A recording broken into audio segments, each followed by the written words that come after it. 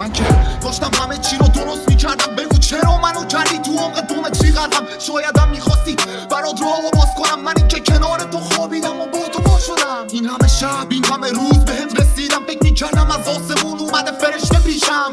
از این به بعد دیگه چیزی بهت نمیگم، کنارش خوش باش، چیزی بهش نمیگم.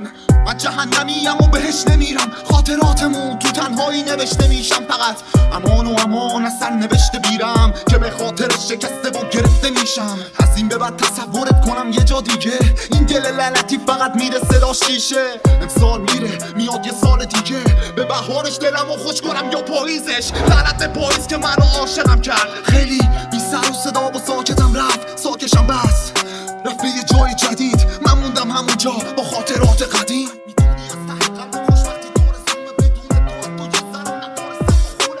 این اواخر فقط تک به خودت مهم بودش، نمیدیدی چشمای من شده پر خون. سخت حرفم رسیده وقت رفتن، گذشت اون روزا تو حرفا بودی حرف اول، حس میکردم اخیراً حرفات با خراشه.